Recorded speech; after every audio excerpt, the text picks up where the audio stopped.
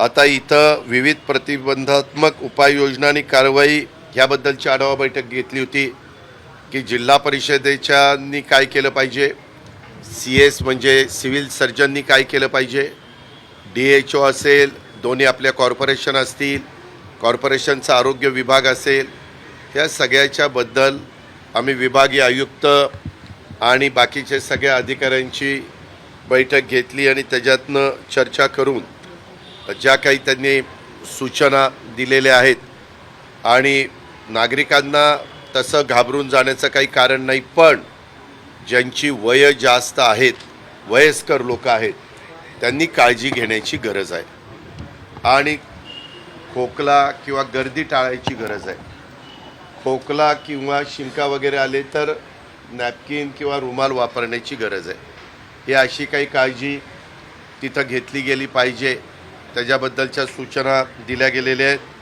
त्याच्यानंतर आषाढी एकादशी यात्रा पालखी सोहळा 2025 दरवर्षी पांडुरंगाच्या दर्शनाच्या निमित्तानं देहू आणि आळंदीवरून संत तुकाराम महाराज आणि संत माऊली महाराजांची पालखी जाते. ती पुणे, सातारा, सोलापूर आणि तुकाराम महाराजांची पुणे, सोलापूर अशी ती पालखी जाते.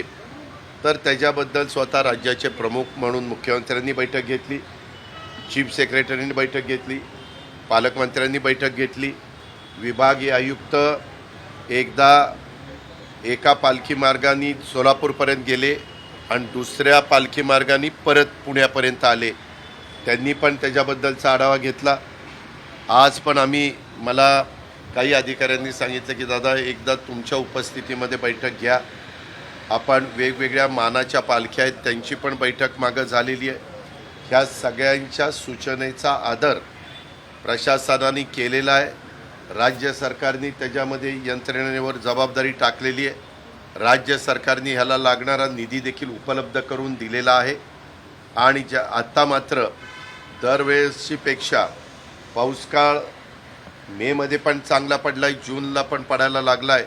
त्याच्यावर पाऊसकाळ ज्यावेळेस चांगला पडतो त्यावेळेस आमचा वारकरी संप्रदाय मोठ्या प्रमाणावर येतोच, परंतु आमचा शेतकरी पण मोठ्या प्रमाणावर येतो, कारण त्यांच्या पेरण्या वगैरे उरकलेल्या असतात. त्याच्यावर संख्या वाढण्याची शक्यता आहे.